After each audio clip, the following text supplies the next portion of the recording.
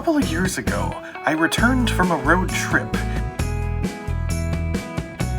with a couple of giant plastic totes full of childhood memories. It's time to move them to the basement, but before I do, I wanted to share them with you.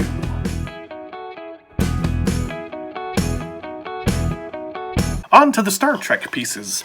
I have fewer of these, but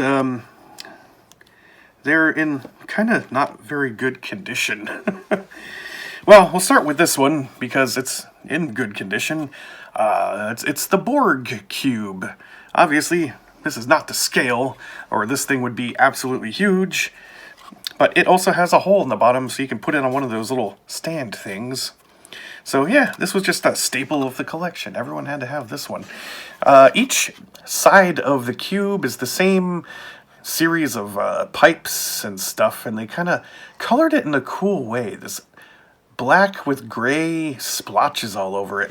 So from a distance, it's unmistakable and cool. Well, wait, what are you doing here? You're supposed to be in the Star Wars pile. Yes, it's a Millennium Falcon, of which I have a few. I'm not sure why this one landed in the Star Trek pile, but here we are.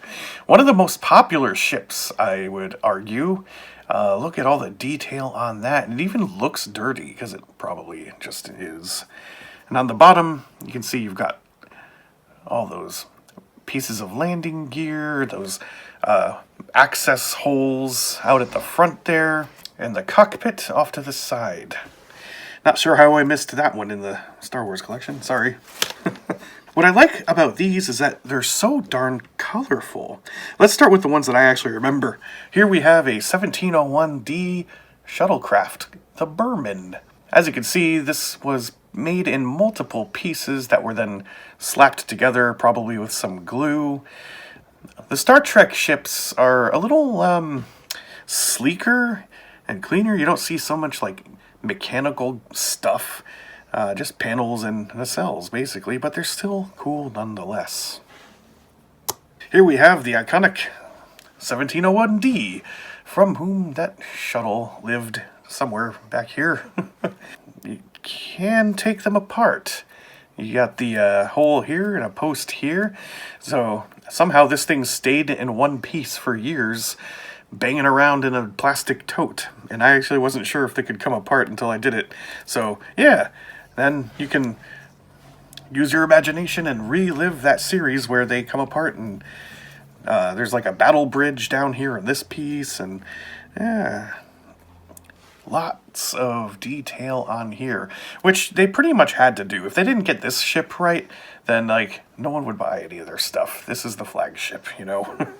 This one is called, I want to say it's called the Excelsior. Am I wrong? Oh, I think I can see it in really teeny tiny print. No, that's just the United Federation of Planets. NCC 638. You can look that up on your own. I liked this one because it has this like gap going down the middle there between like the top circle thing and the bottom skiff looking thing. My knowledge of TNG is vast, but not so vast that I remember the name of every ship. This one is a Ferengi frigate. I like this one because you got cool detail on the bottom, and it's brown, unlike a lot of the other ships. A bit of a drabbish color, but hey, it's Ferengi. And I like how on the back part there are these little arrows pointing like as if to tell you like this is the way you go forward. Oh, here we go. I got another 1701D. This one is not built very well. The nacelles are cocked in all kinds of different directions. And for some reason, well, that's interesting. You cannot take this one apart. This is all one piece. And it's a slightly different size and color. There are differences here. I wonder, why are these so different? That's, these must have been from like a different series or something, or a different set. I don't remember this. Well, yeah, so you have some differences there. That's interesting. Here we have Klingon bird of prey. Some kind of a bird. Well, it's a softer plastic, so over time it just kind of got bent and stayed that way. I'm sure it could be recovered if one were careful enough and maybe used a heat gun or something, but yeah, this one is iconic for its role in Star Trek 4? Was that the one with the whales? This one looks pretty cool. This one looks like it's made for battle. Oh, it says Surak on the side. This is Surak's shuttle. That's right. So, yeah, it's another shuttle. A Romulan. Not Romulan.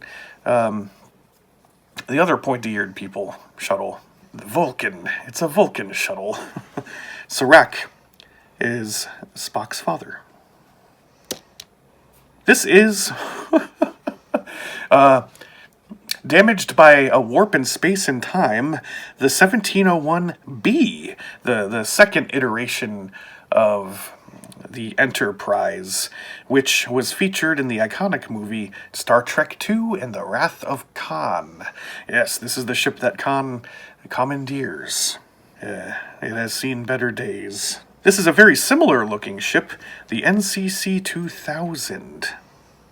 Oh, this is the Excelsior. Yes. Well, I knew the Excelsior existed, at least. They're very, very, very similar in design, but this one feels a hell of a lot lighter. They must have used a different plastic or something.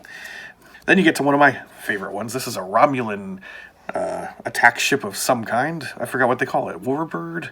Something like that. I just like the sleek yet somehow boxy look. It kind of combines both of those looks, and the color is great. And you got the blue and the yellow, kind of vaporwave. Maybe that's why I like it. And then the front of the ship has this kind of downward sloping look to it that reminds me of like the teeth of the Max. And then you have the giant Klingon war frigate. I don't remember what it's called, but this is like a massive Klingon ship that just destroys everything in its path. And it's a really neat like cyan blue color. You get the Klingon Empire symbol on the underside. So there's the Star Trek stuff out of that bag.